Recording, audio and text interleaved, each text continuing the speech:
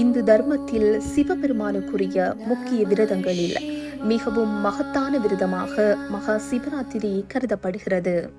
ஒவ்வொரு ஆண்டும் மாசி மாதம் தேய்பிறை சதுர்த்தசி திதியன்று இந்த விரதம் அனுஷ்டிக்கப்படுகிறது. சிவராத்திரி கொண்டாடுவதற்கு பின்னால் பல்வேறு புராண கதைகள் இருக்கிறது.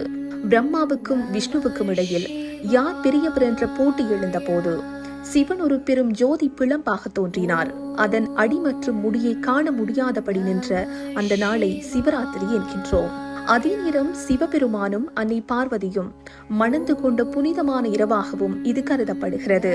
தேவர்களும் அசுரர்களும் பாற்கடலை கடைந்த போது வெளிவந்த ஆலகால விஷத்தை உலகை காக்க சிவன் உண்டார்.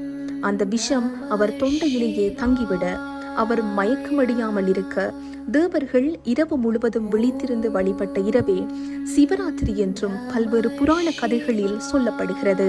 சிவராத்திரி என்றால் சிவனின் இரவு என்று பொருள். இந்த நாளில் அடியவர்கள் மனதையும் புலன்களையும் கட்டுப்படுத்தி இறை சிந்தனையோடு விழித்திருப்பது ஆன்மீக முன்னேற்றத்தை தரும். ஒருவர் தன் வாழ்நாளில் தெரிந்தோ தெரியாமலோ செய்த பாவங்கள் அனைத்தும் இந்த ஒரு நாள் விரதத்தினால் நீங்கும் என்பது ஐதீகம்.